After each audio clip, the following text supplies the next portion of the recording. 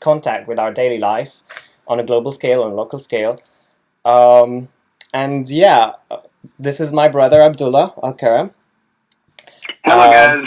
My name is Abdullah Karam, and I work in PR and marketing for a digital solution company called Polycular.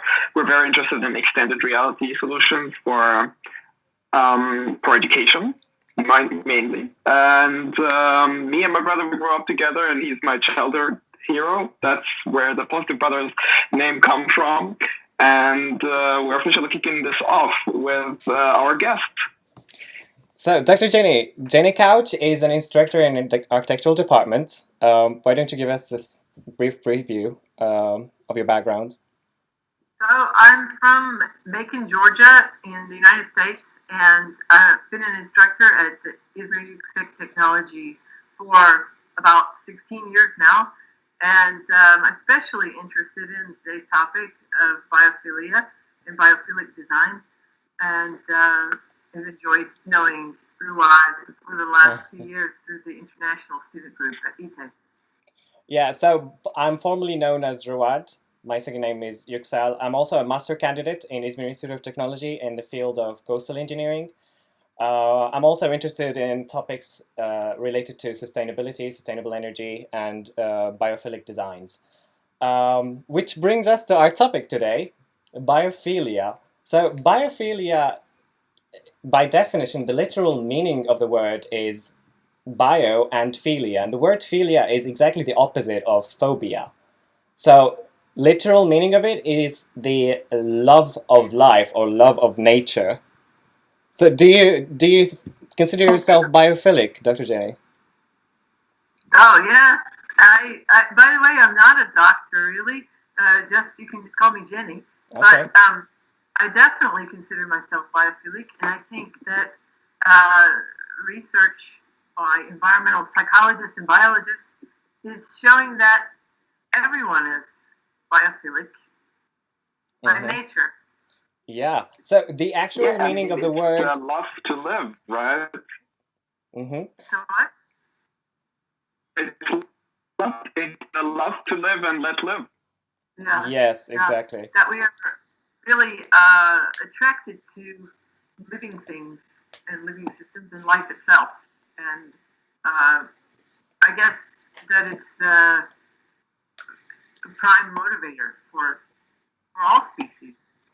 Yeah, so this terminology has been created by Dr. Edward Wilson, and the actual meaning of the term is the intent and the intrinsic feeling and affinity between the human beings and the natural world.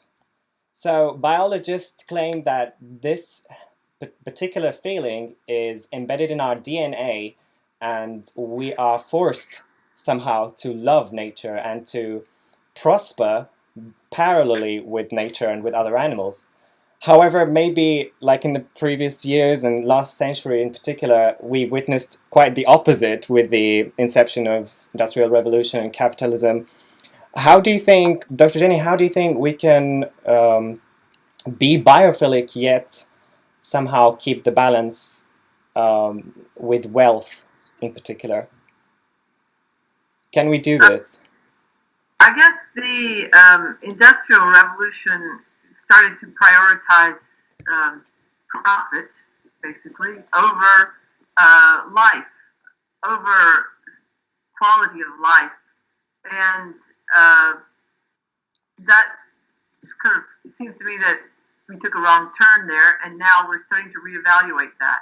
Mm-hmm. That we've developed all these fantastic technologies and systems of producing buildings, for example, but the logic of the buildings is lost when we're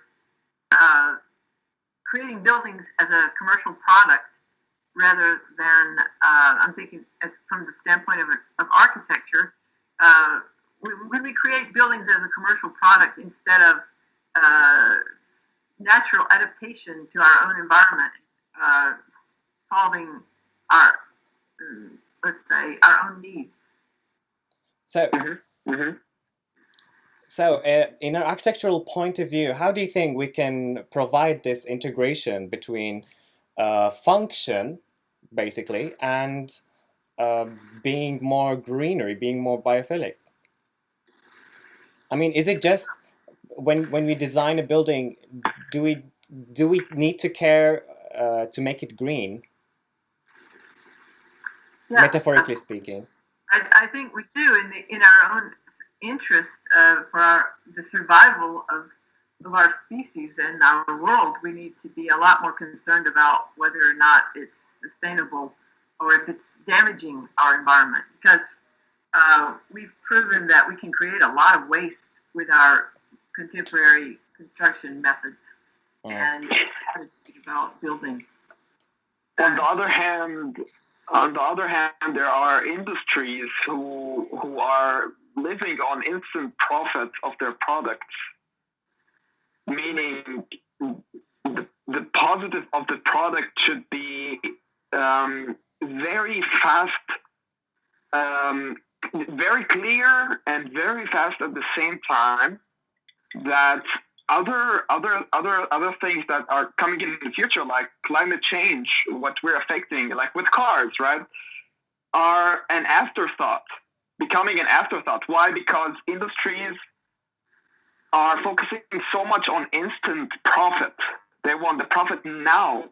They have employees that they want the profit now. And on the other hand, you have scientists and educated people that are trying to integrate this into the industry.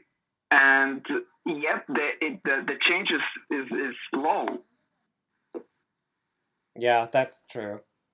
Yeah. But it's happening. I feel like while we're moving, gradually it started to happen that people are realizing that, okay, I need to get in touch with nature.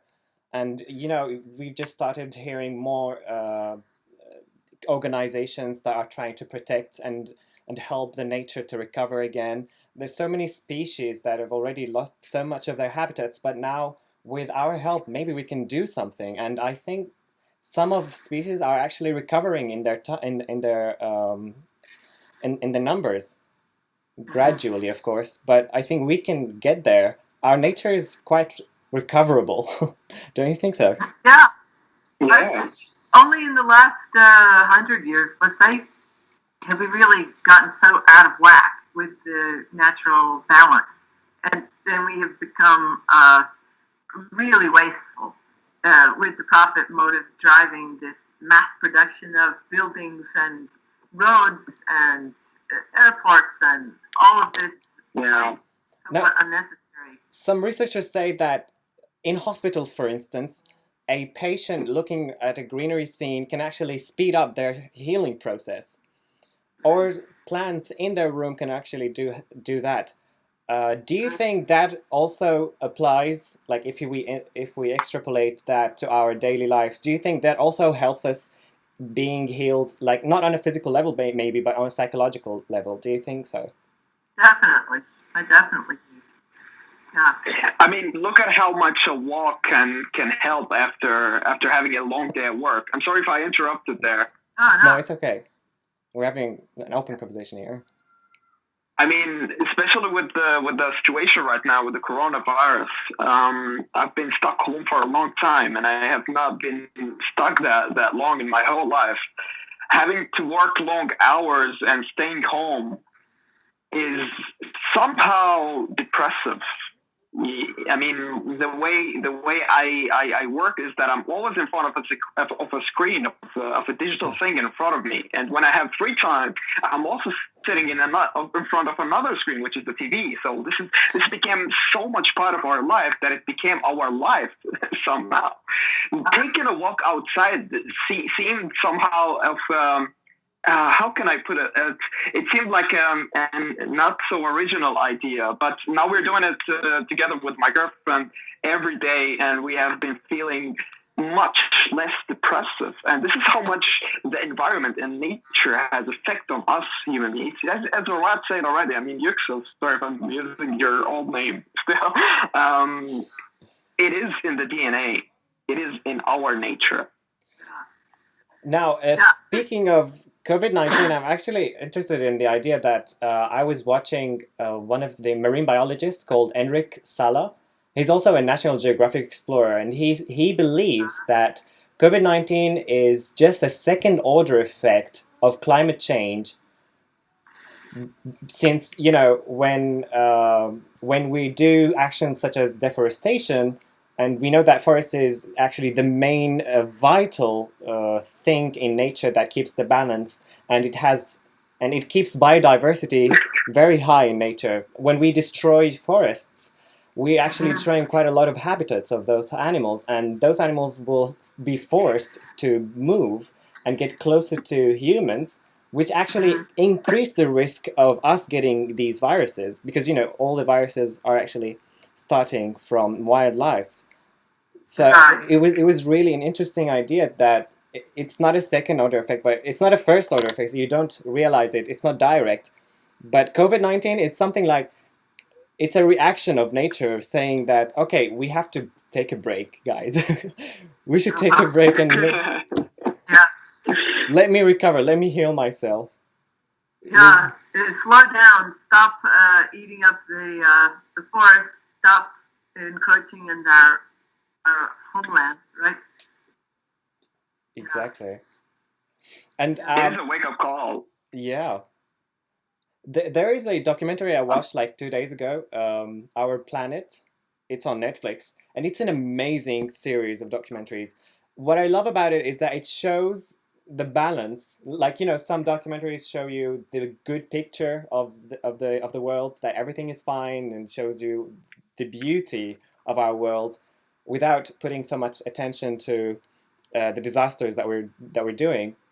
Yet other documentaries do the opposite, shows you the black picture, and it makes you quite depressive. But this particular documentary keeps this balance. It tells you, okay, this is what's happening, but now we can do something. And actually, some efforts have been done for some species to recover again.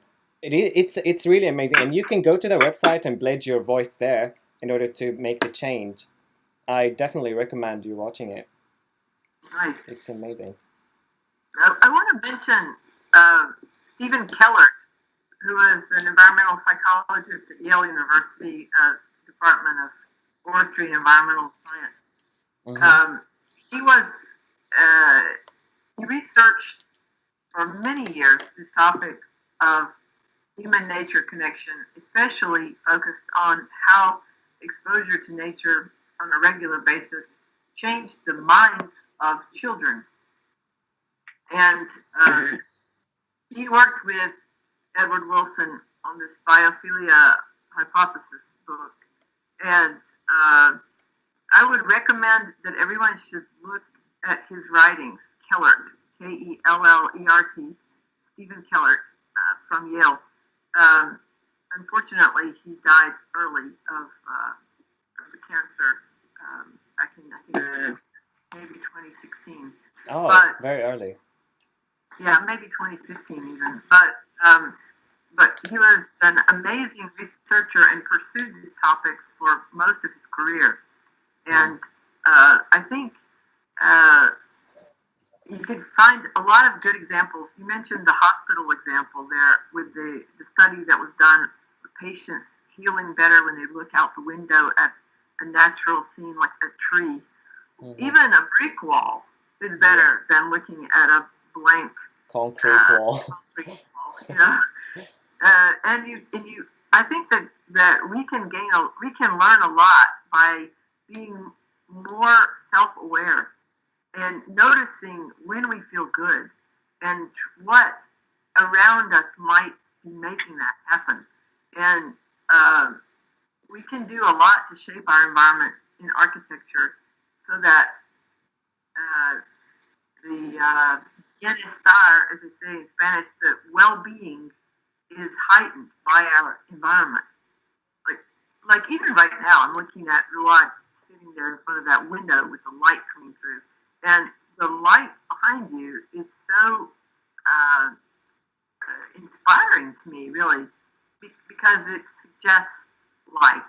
It suggests energy, positive energy, and I guess we can shape our environment more consciously to tap into the sun during the day, especially in winter days. For example, historical structures did that. They were very careful to take in the winter sun. And for example, here in Turkey, in Kula, the village that we visited with the international student group, some of the traditional houses are oriented towards the sun all day long. They have a big porch oriented towards the sun. And so that you can use that space under the cover of a roof and take in the sun's energy all day long. And I think that we lost that motivation in architecture, which is basic common sense related to our physical needs and our environment. Day and night cycle, seasonal change, our own aging, the life cycle of humans, small child, elderly, and how the architecture really needs to address all of that. Instead, we turned architecture into a bit of a product that we market and make a profit. Yeah. So true. It's like all what matters is number, right? How many people can we fit in that building? How much money can we make out of that certain shape? Or how many flats can we fit? Right. It doesn't matter. Yeah. Maybe that only started to happen when we start isolating ourselves from the natural worlds, right? I mean, yeah. If you look at the evolutionary line, we were always living with nature, we're living with other animals. It's just when we start having another path, everything is changed. We start. Yeah. I actually think Definitely. that the clue, we can find a lot of clues when we look for who profits from that. You know, why would we get away from this kind of balance with other species? Why would we get away from our life that was more in harmony with the natural world? And I guess we could say we've been a little bit suckers, as we say in America. We've been fooled a little bit by those people who have tried to profit from cramming people into apartment buildings in dense urban settings. Because who benefits from that? Mm-hmm. And you've got to say a government anywhere in the world that wants to control its citizenry, it can do it much more easily if you pack them all into an urban setting. If you have like thousands of small villages that are more self-sustaining all over the landscape, where people are more in the nature, in a balance with nature and other species.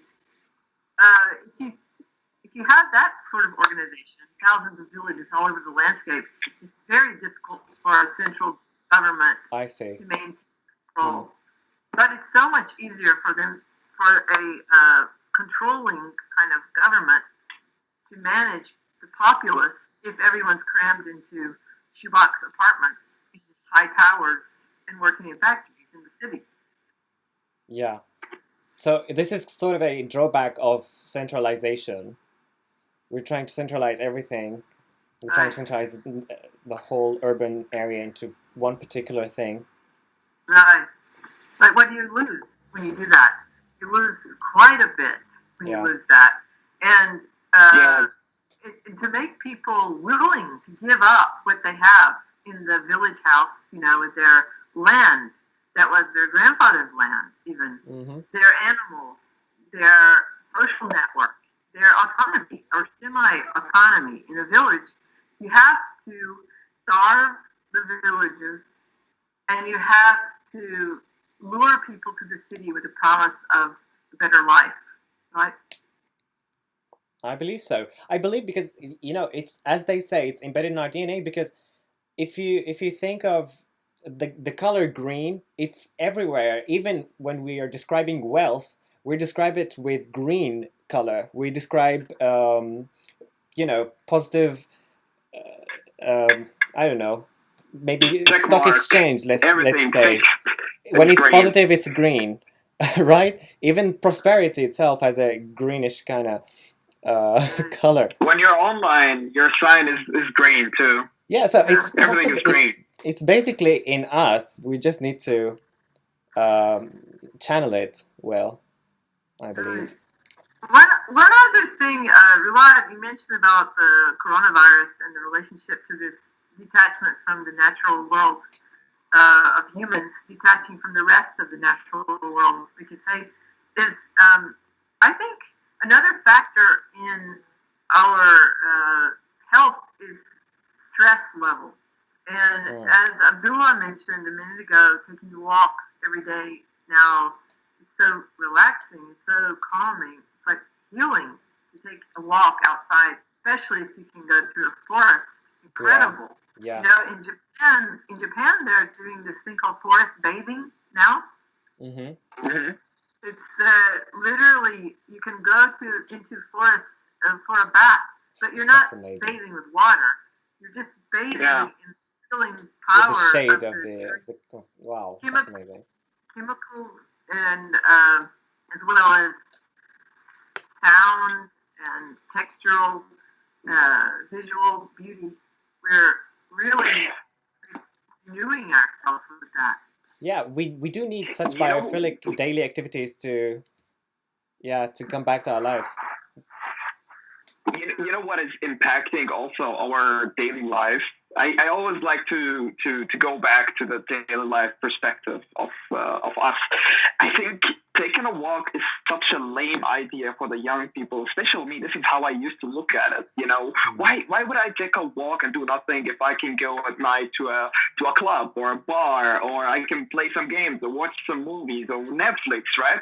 Mm-hmm. It's just that the worst time of my life I've ever felt is the lack of companionship, loneliness. It was last year, basically. And the best thing I've ever done to heal myself is just to go out with no point, just to discover the journey. The sense of journey healed me. And I've had a similar reaction, as you mentioned, with the people who do this in Japan. I've been discovering in Austria. I live basically in Austria, and I've ended up in a lake. And the scene was just wonderful. You feel like you're not lonely anymore. You feel like there's a companionship going on. Every single creature, even the mountain, are working together to make the day happen. Yeah. So who am I? Who am I to waste the day? The day is gonna happen anyway. All creatures are working together, and you're part of them. And I only felt that I'm part of the nature when I jumped into the lake. I felt like I'm merging with nature. Was it cold? You are. Yeah, you are. It was really cold, but it was amazing. It felt like I originally connected to my ancestors. Yeah. Yeah. And when you go and sit on the earth, if you just go to a park, if you don't have a garden, or if you have a garden, just sit on the earth and detox sitting on the earth. You can feel that warm planet under you. Yeah. Yeah, amazing. The sun, the smell of the air, the creature singing. Every creature sings. Birds since the morning. And here I am, instead of opening the window and let the sun shine, I block it to see my own screen. Right. I mean, look at this. Just look at this. I don't know how to switch the camera. This is the view I have from my flat. Amazing. It's just gorgeous. Beautiful. Wow. That is great. It's gorgeous. Nature is gorgeous. Yeah, we need to get back to our genetically determined feelings. We need to get back to our roots. You mentioned going out and the effect it has on you to go out for a walk, even if you don't have a goal with the walk. Go out and you don't know what you're going to see. You don't know what you learn. There's something new that you can observe that you've never seen before. Or it's like when we stay in our homes online, of course we can always surf all over the world online, but going outside is so many exponentially more stimulating. Just look at a tree in the light with the wind blowing through the leaves, and you're so stimulated by that sight. It's so complex, but at the same time, there's sort of a unity and an order to it that we can't quite understand, you know? That's so true. Our brain is stimulated by this. Our creativity is stimulated by this. And I believe biophilia is also reflected in our every second is so special. It is not a video game that some artist animated or simulated those with numbers and what so on. Every second is special. And therefore, every second is creative in the nature. And this is where you get your creativity from. Absolutely. Yeah, and this guy, Kellert, I mentioned earlier, he studies how much more creative kids are when they grow up playing outdoors in the woods or on the seashore or in a field. Even a kid who grows up on a farm has a totally different perception of their place in the universe how could you say, with all the other species and life and death, the seasonal changes and these things. Again, you learn about it more when you're outside in nature. It's true, and as you said just before, that it stimulates your brain, and you can see that stimulation reflected in our engineering designs. Like one thing that they say, one of the most important property of natural world is symmetry. You see symmetry everywhere. You see symmetry in the tree. The right side is just equally the mirror of the left side. And we see that in our daily engineering designs, right? We are tended to love symmetric designs. Or at least some kind of balance, right? Yeah. Yeah. Right. Great. It was an amazing conversation. Thank you so much for having us, even though we're having you. Anyway. Thanks a lot. It's an honor to have you. It's a very interesting conversation. Thanks for coming and joining our podcast, our first podcast. Yeah. Thanks for me. I enjoyed it so much, and I'm really excited that you're interested in this topic. I'd love to talk with you some more about it. You've given me some new ideas, and I'll try to build on those ideas. Thank you so much. Oh my God, that's awesome. Yeah. So, wish you a great day. And stay safe and stay home. You too. Okay, go for a walk if you can. Bye, everyone. Yeah. Bye. Bye. All right, bye. That was fun. That was fun, eh? You know what?